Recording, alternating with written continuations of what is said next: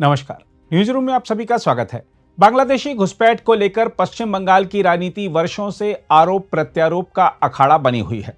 तृणमूल कांग्रेस का तर्क रहा है कि सीमा पर घुसपैठ रोकना सीमा सुरक्षा बल का काम है, जो केंद्र सरकार के अधीन आता है, इसलिए राज्य सरकार को दोषी ठहराना गलत है। दूसरी ओर बीजेपी लगातार यह आरोप लगाती रही है कि सीमा पर बाड़बंदी के लिए जरूरी जमीन सौंपने में तृणमूल कांग्रेस की सरकार जानबूझकर रोड़े अटकाती है, जिससे तारबंदी अधूरी रह जाती है और घुसपैठियों को खुला रास्ता मिलता है।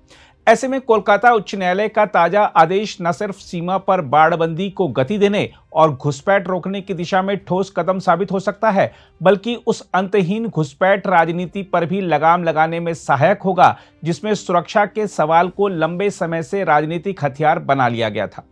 हम आपको बता दें कि कलकत्ता हाईकोर्ट ने भारत बांग्लादेश सीमा पर बाड़बंदी से जुड़े एक अत्यंत महत्वपूर्ण मामले में बड़ा आदेश दिया है। न्यायालय ने निर्देश दिया है कि केंद्र सरकार की ओर से उपलब्ध कराई गई राशि से खरीदी गई समस्त सीमा भूमि 31 मार्च 2026 तक अनिवार्य रूप से सीमा सुरक्षा बल यानी बीएसएफ को सौंप दी जाए।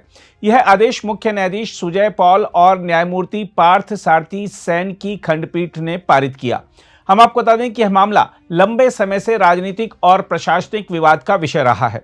भारतीय जनता पार्टी लगातार आरोप लगाती रही है कि पश्चिम बंगाल सरकार जानबूझकर सीमा क्षेत्रों की भूमि सौंपने में देरी कर रही है, जिससे बाड़बंदी का काम बाधित हो रहा है।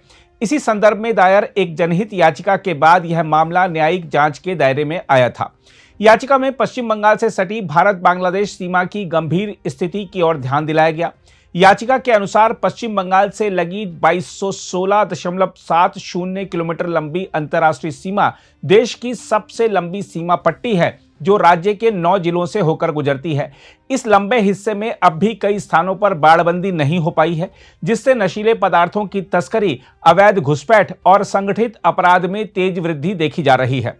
राज्यसभा में पूछे गए अतारांकित प्रश्नों के आंकड़े अदालत के समक्ष रखे गए, जिनसे स्पष्ट हुआ कि हाल के वर्षों में विशेषकर 2023, 2024 और जुलाई 2025 तक अवैध घुसपैठ में पकड़े गए लोगों की संख्या में उल्लेखनीय वृद्धि हुई है। हम आपको बता दें कि यह जनहित याचिका सेना के एक पूर्व उप प्रमुख द्वारा दायर की गई थी। सुनवाई के दौरान केंद्र की ओर से अतिरिक्त महाधिवक्ता ने कहा कि भूमि अधिग्रहण और उसका शीघ्र हस्तांतरण आतंकवाद, घुसपैठ और सीमा पार अपराधों को रोकने के लिए अत्यंत आवश्यक है। उन्होंने संविधान के अनुच्छेद 256 और 257 का हवाला देते हुए राज्य सरकार की जिम्मेदारी पर जोर दिया। अदालत ने माना कि सीमा पर बाड़बंदी राष्ट्रीय हित का विषय है और इसे किसी राजनीतिक टकराव के चश्मे से नहीं देखा जाना चाहिए। न्यायालय ने स्पष्ट किया कि यह याचिका किसी सरकार के खिलाफ नहीं, बल्कि प्रशासनिक निष्क्रियता को उजागर करने का प्रयास है। अदालत ने यह भी नोट किया कि जिन 9 जिलों में भूमि अधिग्रहण हो चुका है, वहां मुआवजा दिया जा चुका है। इसके बावजूद भूमि सीमा सुरक्षा बल को नहीं सौंपी गई। इन तथ्यों को ध्यान में रखते हुए न्यायालय ने पश्चिम बंगाल सरकार को निर्देश दिया कि केंद्र की राशि से खरीदी गई समस्त भूमि 31 मार्च 2026 तक सीमा सुरक्षा बल को सौंप दी जाए। इस आदेश को मुख्यमंत्री ममता बनर्जी के लिए बड़ा झटका माना जा रहा है, क्योंकि उन पर आरोप है कि उन्होंने भारत बांग्लादेश सीमा पर बाड़बंदी को धीमा करने का प्रयास किया। केंद्रीय गृह मंत्री अमित शाह भी अपने बंगाल दौरों में इस मुद्दे को बार बार उठाते रहे हैं। अदालत के आदेश के बाद बीजेपी ने तृणमूल कांग्रेस सरकार पर हमले तेज कर दिए हैं। बीजेपी आईटी सेल के प्रमुख अमित मालवीय ने कहा है कि सीमा बाड़बंदी रोकने की कोशिश अब न्यायिक दीवार से टकरा गई है।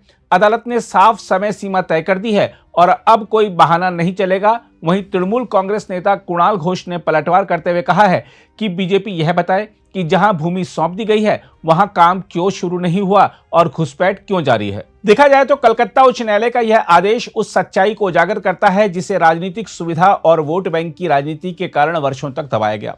सीमा पर बाड़बंदी कोई वैचारिक बहस का विषय नहीं, बल्कि देश की संप्रभुता और नागरिकों की सुरक्षा का मूल प्रश्न है। यह दुर्भाग्यपूर्ण है कि जिस मुद्दे पर सर्वसम्मति होनी चाहिए थी, उसे राजनीतिक रस्साकशी में फंसा दिया गया। पश्चिम बंगाल की भारत बांग्लादेश सीमा न केवल भौगोलिक दृष्टि से संवेदनशील है, बल्कि यह मादक पदार्थों की तस्करी, मानव तस्करी और अवैध घुसपैठ का प्रमुख मार्ग बन चुकी है। अदालत ने जिस स्पष्टता और कठोरता से राज्य सरकार को समय सीमा दी है, वह इस बात का संकेत है कि अब न्यायपालिका का भी धैर्य खो चुका है। जब मुआवजा दिया जा चुका है, भूमि अधिग्रहित हो चुकी है, तो फिर सीमा सुरक्षा बल को भूमि सौंपने में देरी किसके हित में है, यह सवाल पूछना स्वाभाविक है। क्या यह देरी केवल लाल फीताशाही है या इसके पीछे राजनीतिक गणित है? राजनीतिक दल एक दूसरे पर आरोप प्रत्यारोप लगा रहे हैं, लेकिन सच्चाई यह है कि हर दिन की देरी सीमा को और असुरक्षित बनाती है। तृणमूल कांग्रेस यह कहकर बच नहीं सकती कि जहां भूमि दी गई वहां काम नहीं हुआ। यह तर्क मुद्दे से ध्यान भटकाने की कोशिश है। मूल प्रश्न यह है कि जिन क्षेत्रों में भूमि अब तक नहीं सौंपी गई, वहां देरी क्यों हुई? यह आदेश एक नजीर है कि राष्ट्रीय सुरक्षा के मामलों में राजनीति की कोई जगह नहीं होनी चाहिए। संविधान ने राज्यों को अधिकार दिए हैं, लेकिन साथ ही जिम्मेदारियां भी सौंपी हैं। जब मामला देश की सीमा का हो, तब केंद्र और राज्य दोनों को एक स्वर में काम करना चाहिए। बहरहाल, इस फैसले के निहितार्थ दूरगामी हैं। यदि समय पर आदेश का पालन हुआ तो यह न केवल सीमा सुरक्षा को मजबूत करेगा, बल्कि यह भी संदेश देगा कि राष्ट्रीय हित के खिलाफ किसी भी तरह की निष्क्रियता को अब बर्दाश्त नहीं किया जाएगा। लेकिन यदि आदेश के बाद भी टालमटोल हुई तो यह न केवल न्यायालय की अवमानना होगी, बल्कि देश की सुरक्षा के साथ खुला खिलवाड़ भी होगा। अब यह देखना होगा कि पश्चिम बंगाल सरकार इस आदेश को संवैधानिक जिम्मेदारी समझकर लागू करती है या फिर इसे भी राजनीतिक संघर्ष का मैदान बना देती है। तृणमूल कांग्रेस को समझना होगा कि देश की सीमाएं राजनीति की बलि चढ़ाने की वस्तु नहीं है। न्यायालय ने अपना काम कर दिया है, अब बारी शासन की नीयत की है। अगर आप भी लेना चाहते हैं देश दुनिया की तमाम जानकारी तो आज ही सब्सक्राइब करें हमारे चैनल को।